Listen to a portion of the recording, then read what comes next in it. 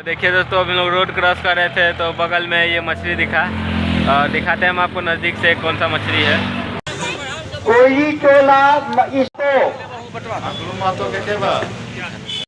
और आज पकवा इनार को फिर से जिंदा करके इन्होंने हम लोगों के सामने पेश कर दिया।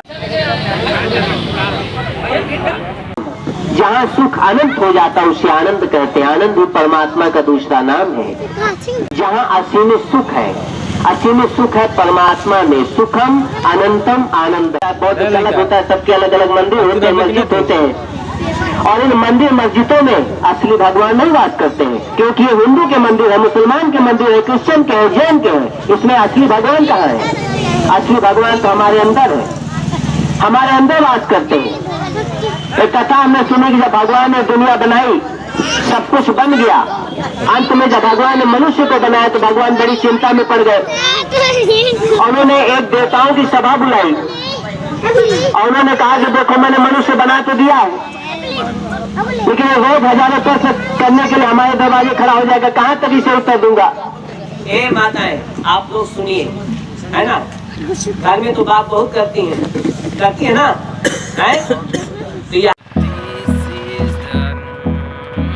तो देखिए दोस्तों, अभी लोग रोड क्रॉस कर रहे थे तो बगल में ये मछली दिखा। दिखाते हैं हम आपको नज़दीक से कौन सा मछली है। ये कौन मछली है वो? ये कौन मछली है वो? कतला हवा भाई है कैसे किलो? कैसे किलो भाई बोला? सब 150 किलो। चलिए ठीक बा, बहुत अच्छा। और गाइस, जैसा कि मैं आपको रोड पर दिखाऊं तो देखिए यहाँ पर कुछ खास हलचल नहीं है, और पता नहीं क्यों हलचल नहीं। आज तो धूप भी उगा है ठीक से, और आज संडे है सॉरी, तो आज दोस्तों कुछ खास हलचल नहीं देखने को मिल रहा है। बस चलते हैं आगे, देखते हैं सीन वगैरह क्या क्या देखने को मिलता है। तो आप लोग ब्लॉग का तो बने रहिएगा, बस आप लोगों से निवेदन है। जैसे कि आप सभी को मैं नज़दीक से दिखाना चाहूँ तो देखिए, अभी हम लोग पकवा इनार के पास है और यहाँ पर कुछ सत्संग वगैरह का कार्यक्रम हो रहा है, तो उसको हम चलते हैं, आपको नज़दीक से दिखाते हैं।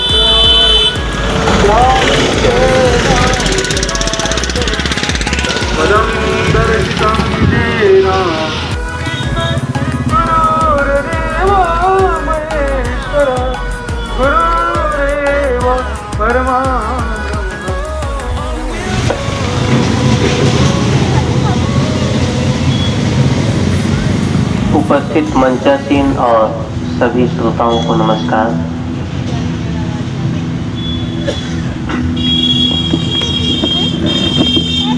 हमें मानव जीवन के उद्देश्य पर बोलना है, थोड़ा समय है।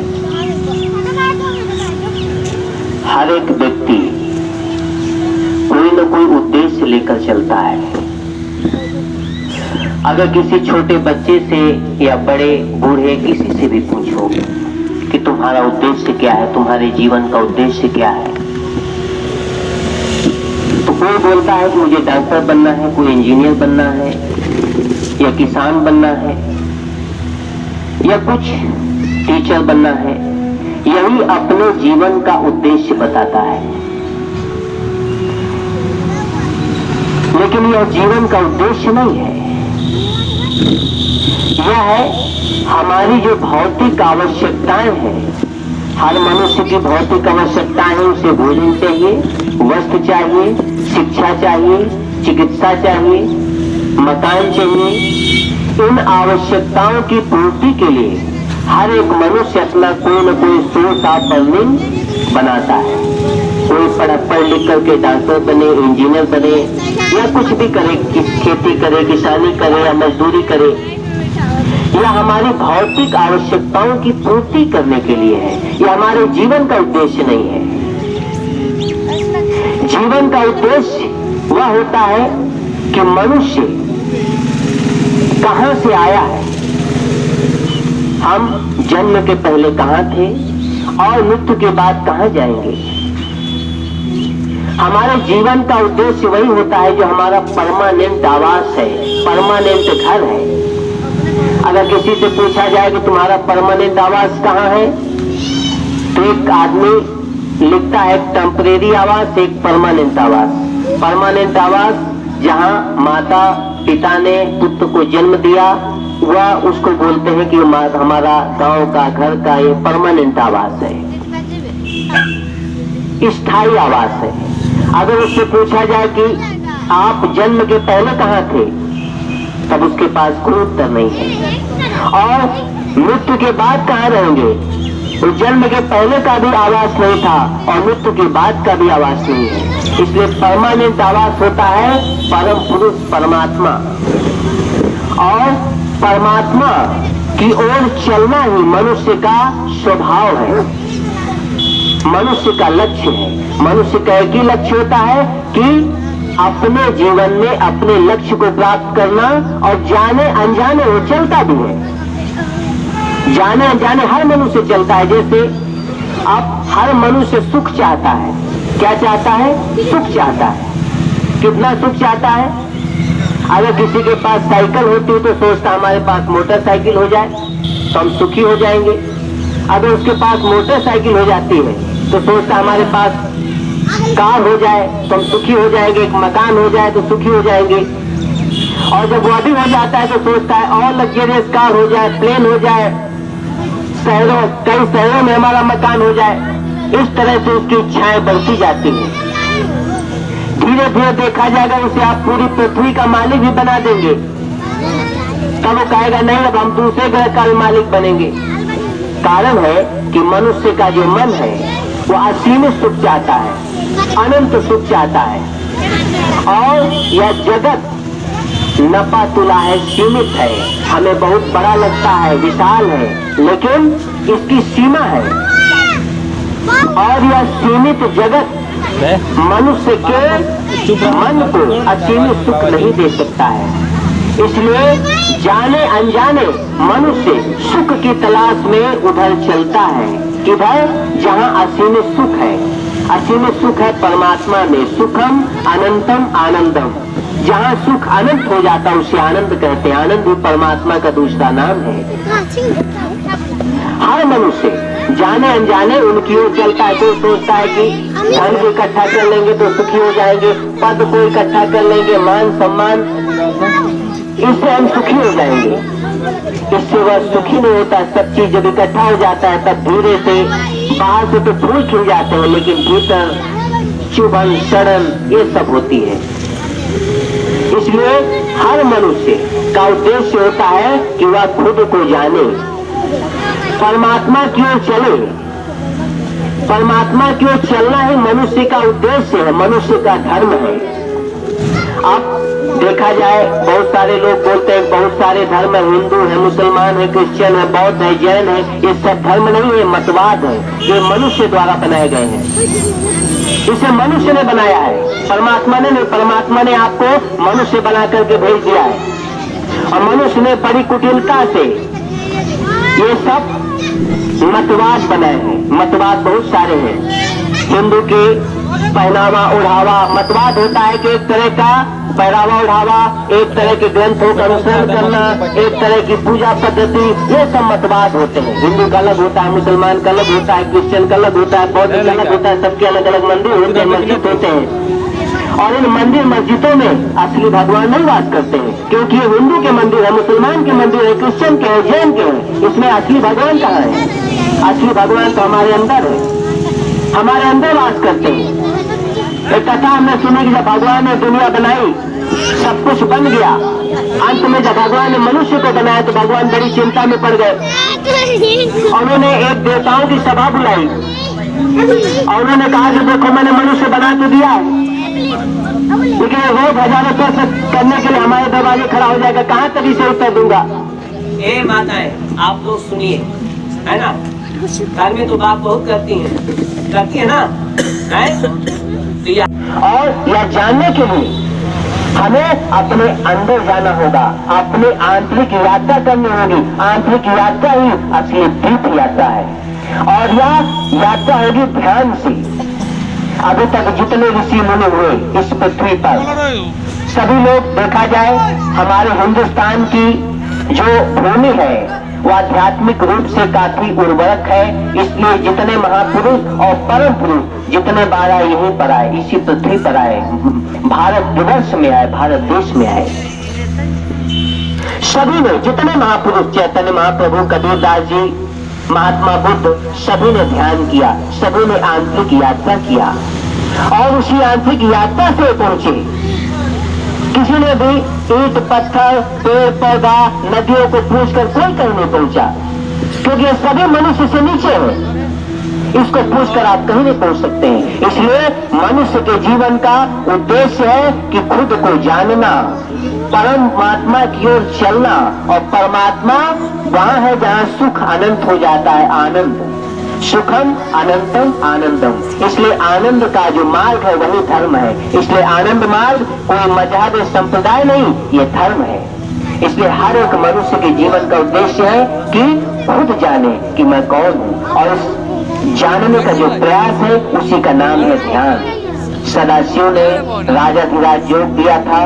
सदाशिव पद्मासन लगा के बैठते थे, ध्यान करते थे। उन्हें ध्यान की आवश्यकता नहीं थी, किसका ध्यान करेंगे, लेकिन ध्यान इसलिए करते थे क्योंकि उस समय की जो जनता थी, आम जन लोग थे, शिक्षित नहीं थे, बुद्धि का विकास उतना न था।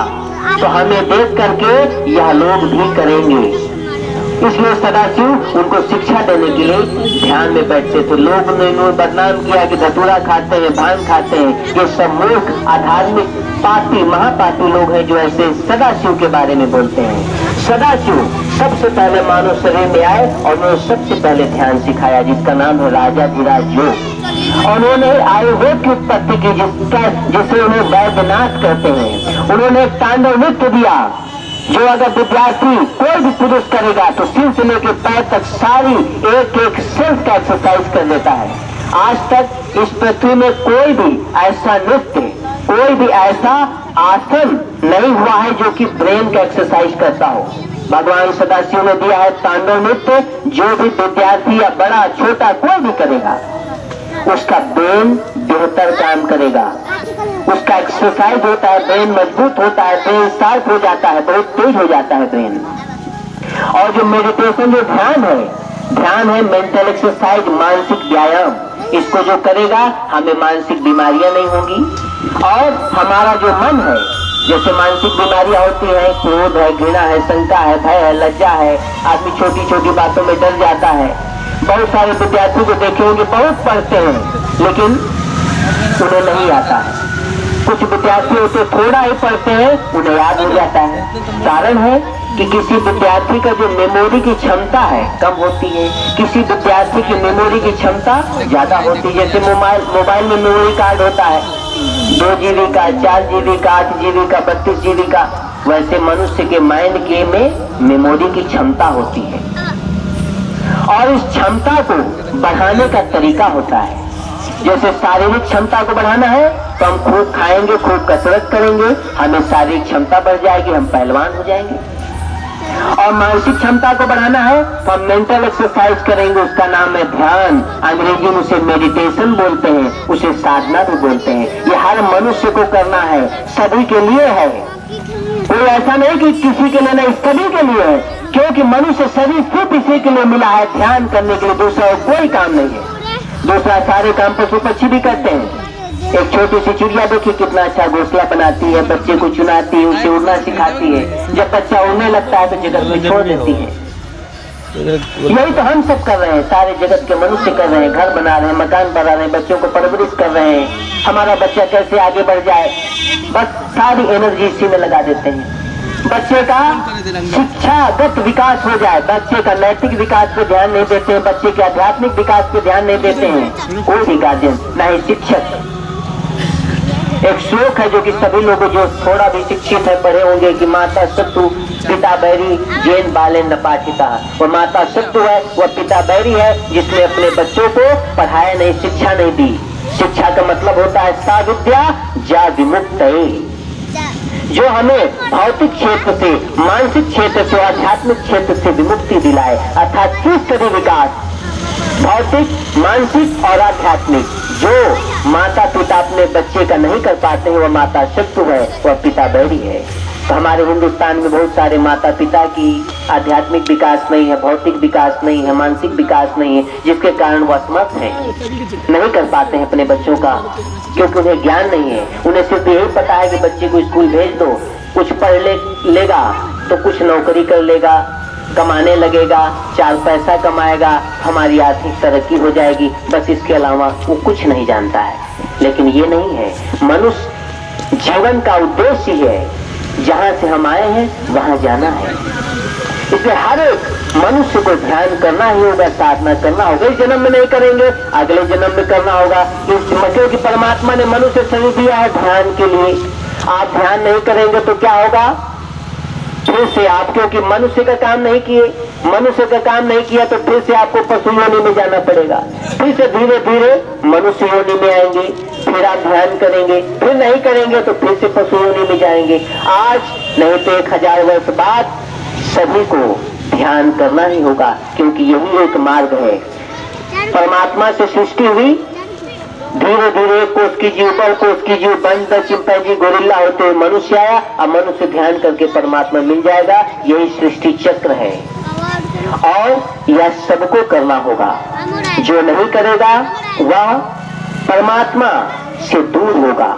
और मनुष्य का काम मेन यही है कि ध्यान करना। और जो ध्यान नहीं कर सकते हैं, कम से कम कीर्तन करें, बाबा नाम केवलम। अभी कीर्तन मंत्र का यहाँ थोड़ा देर कीर्तन हुआ। बाबा शब्द संस्कृत में बट धातु से आया है, जिसका अर्थ होता है सबसे प्यारा, सबसे नजदीक। ऐसी सत्ता जो हर समय हमारे साथ है, हर समय हमें देख रही है वो है परमात्मा। जैसे भोले बाबा, बजरंग बली बाबा, तो ये परमात्मा का नाम है। बाबा नाम केवलम, केवल परमात्मा का नाम। अष्टाक्षरी सिद्ध महामंत्र है। मनुष्य के शरीर में 8 चक्र होते हैं, इसलिए परमात्मा जब भी आते हैं मानव शरीर के कल्याण के लिए अष्टाक्षरी सिद्ध महामंत्र देते हैं। भगवान सदा शिवाय, उन्होंने अष्टाक्षरी सिद्ध महामंत्र दिया, ओम नमः शिवाय।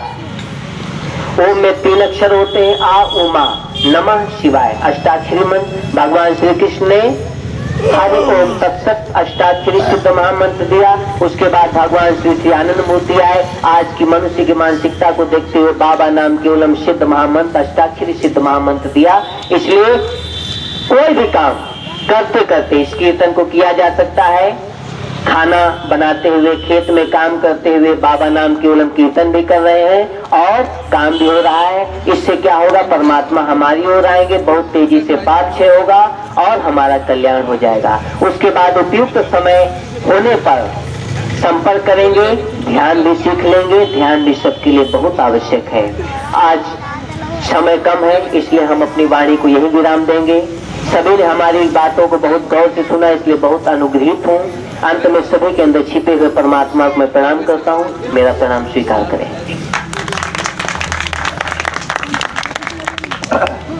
ये हमारे इस डायसिस के सेक्रेटरी आचार्य अनुरागानंद राठौर जी और हमारे मंचासी अतिथि वकील साहब,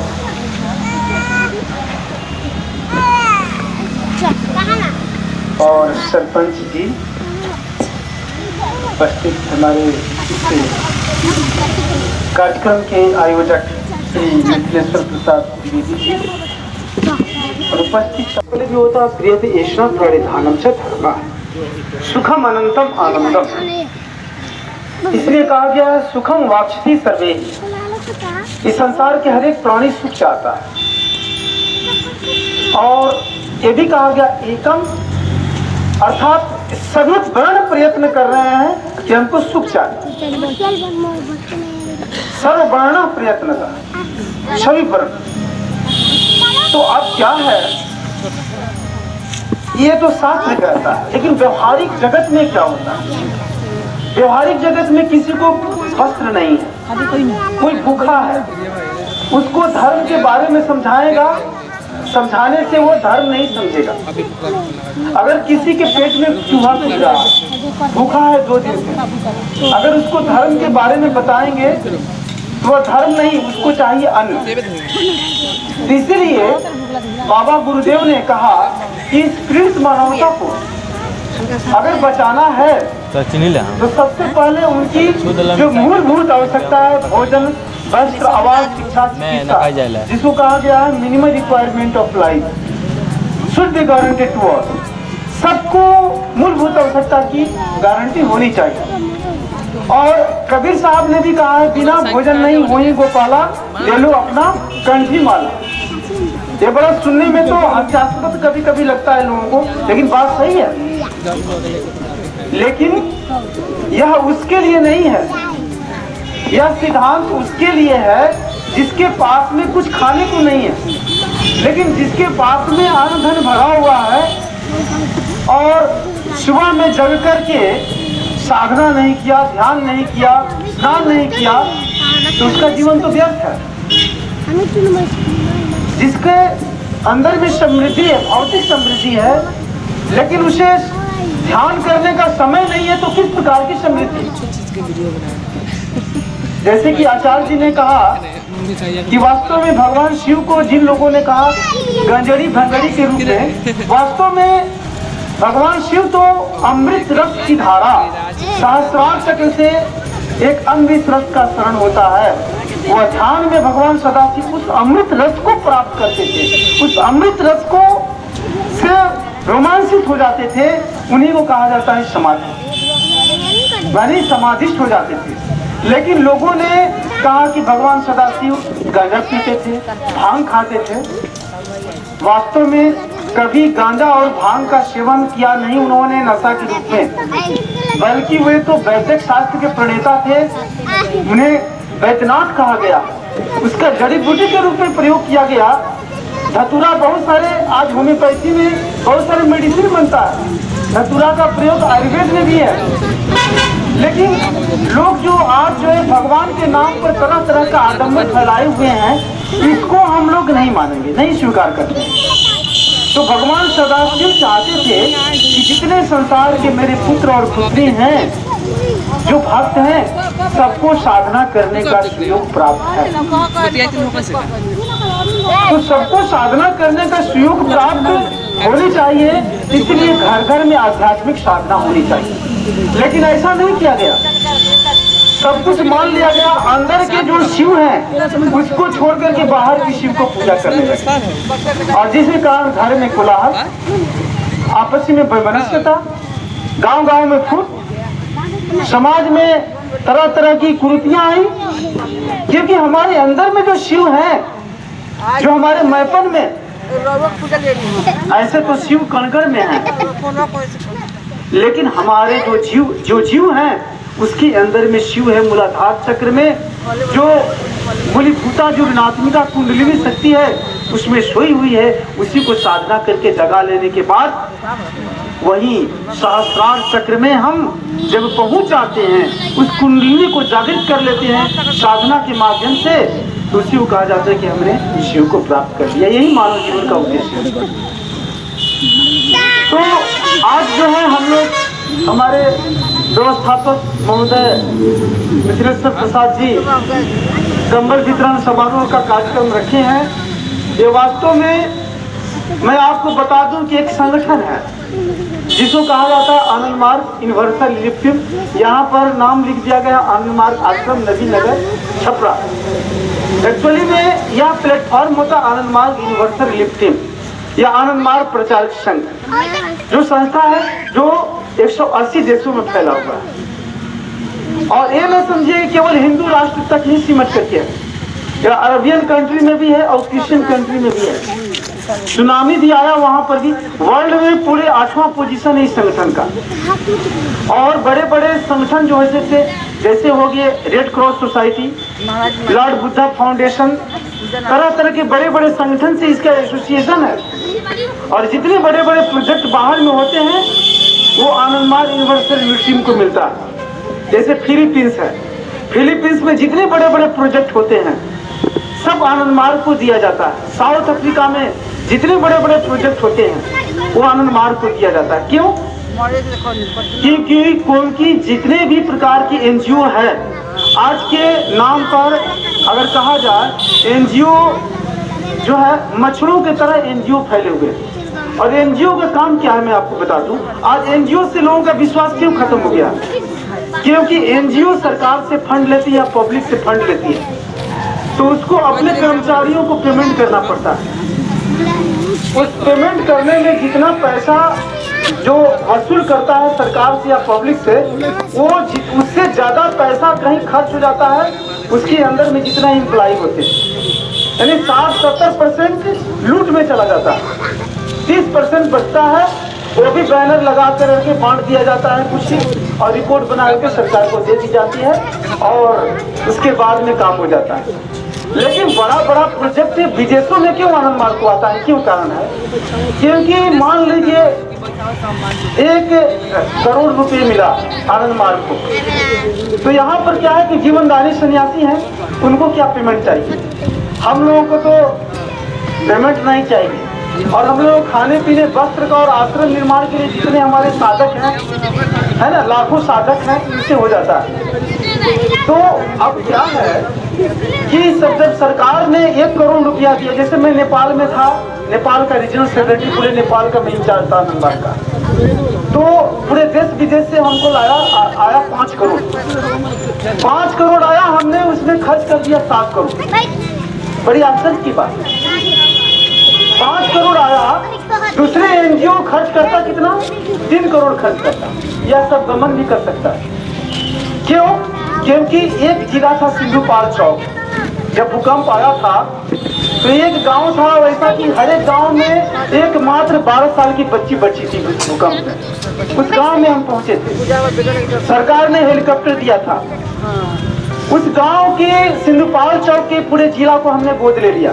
उस जिला में जितने घर मकान टूटे फूटे थे और जितने स्कूल मरम्मत करना था, सब हमको जिम्मा था सरकार की ओर से। तो अब क्या हुआ कि देश विदेश हमारे संगठन है पूरे विश्व स्तर पर, वहाँ के लोगों ने मदद किया और 9 सेक्टर में बटा हुआ है, पूरे 180 देशों में हम लोग फैले हुए हैं। तो वहाँ के भी जो हमारा जो संगठन का जो हेड है, वहाँ से लोगों ने हेल्प किया। तो सरकार देखती है कि कौन ऐसा संगठन है कि जिसको पैसा देने के बाद में सही काम करता है, या देश के जो व्यवसायी हैं अच्छे अच्छे, वो भी देखते हैं कि कौन ऐसा संगठन है जो कि मेरा पैसा बर्बाद नहीं हो और अच्छा काम हो जाए।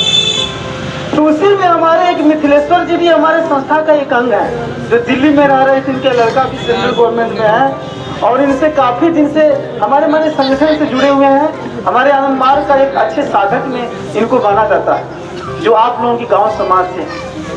तो इन्होंने ऐसा एक कार्यक्रम किया। ऐसे तो सैकड़ों कार्यक्रम होता है कंबल वितरण का इसे जिले में, इसे राज्य में, उसमें से भी एक भी कार्यक्रम। अब इसमें अब बताया जाए कि कोई हमने संगठन की ओर से कहीं बाहर में कोई चंदा चिट्ठा नहीं हुआ, जो भी हुआ है आप लोगों का लोकल यही ऑर्गेनाइज कर रहे हैं। अगर मान लीजिए दूसरे संगठन काम करता है, एनजीओ, हमारा आनंद मार्ग प्रचारक संघ बहुत बड़ा एनजीओ है, मतलब कि पूरे विश्व में मैंने बताया 8वां पोजीशन है। 8वां पोजीशन माने बहुत बड़ा पोजीशन माना जाता है। पूरे देश, पूरे 205 कंट्री है, छोटा छोटा टापू मिलाकर, उसमें 8वां पोजीशन रखना ये बहुत बड़ी बात है। तो उसमें आज जो है जो सेवा हो रही है, अगर यही दूसरा एनजीओ होता, फोटो क्लिप ले करके गवर्नमेंट के पास सबमिट करता, लाख रुपया ले लेता, लेकिन ऐसा कौन करने जाएगा? ऐसा यहाँ के लोग सरल हैं, ऐसा नहीं कर सकते, क्योंकि जिसकी आध्यात्मिकता ही मात्र उद्देश्य है, वो कभी लूटने का काम नहीं कर सकता है। और जिसका केवल भौतिकता ही उद्देश्य है, तो आध्यात्मिकता में वो लूट लेगा, जैसे आज चल रहा है। इसलिए आज मैं तो यही कहूँगा कि आज कंबल वितरण का कार्यक्रम है। बोला गया, भगवान कृष्ण ने भी कहा है कि परिप्राणेन परिप्रश्नेन सेवया, अर्थात परमात्मा के ऊपर पूरा आत्मसमर्पण, इसी को परिपात कहते हैं। परिप्रश्न कहते हैं कि वैसा प्रश्न कीजिए जिससे हमारी आध्यात्मिक तरक्की हो। मैं देखता हूँ कहीं कहीं हम लोग जाते हैं तो इतनी उजुल फुजुल प्रश्न करते हैं लोग कि उसका कोई अर्थ ही नहीं होता। ऐसा प्रश्न होना चाहिए जिससे हमारी आध्यात्मिक तरक्की हो। किसी को नीचा ऊंचा दिखाने के प्रश्न नहीं है, जिससे हमारी आध्यात्मिक तरक्की, उसी को कहते हैं परिप्रश्न। उसके बाद में आता है सेवया, अर्थात सेवा, माधव की सेवा, अर्थात जनता की सेवा ही माधव की सेवा है। जो परमात्मा है, उनकी सृष्टि के जितने संतान हैं, इसकी हम सेवा कर दिए तो परमात्मा की सेवा। तो इसी के साथ मैं अपने वाणी को विराम देता हूँ और सभी हमारे जो भी हृदय हैं सबको धन्यवाद। नमस्कार। तो आप लोगों ने सुना कि आनंद मार्ग रिलीफ टीम पूरे विश्व में है। जैसा कि आपको सब मैं दिखाना चाहता हूँ, देखिए अभी यहाँ पर कम्बल वितरण किए जाते हैं।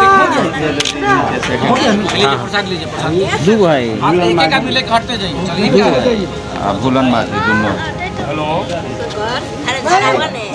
मनमतिया देवी, मनमतिया देवी चलाओ। बुनिया बुनिया नहीं है उसमें। मनमतिया देवी, मनमतिया देवी ऊपर से। एक साथ बुनिया बाबा मनमतिया देवी हो गया जी जी। मनमतिया देवी, हाँ जाऊँगा जा। पूजा देवी, हाँ हाँ ले लिए। राम सखी देवी, ये बार राम सखी देवी। हाँ राम सखी देवी। राम सखी देवी, हाँ लिया। लक्ष्मीनिया देवी, दोनों हाथ है ना देखी हम मुस्कुराई। लक्ष्मीनिया देवी, हाँ हो गया।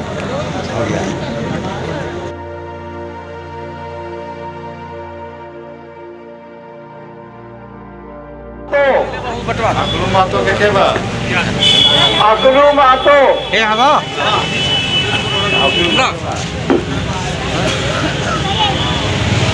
जगन्नाथ मातो, स्वर्गीय कंचन शाह की पत्नी चंद्रावती को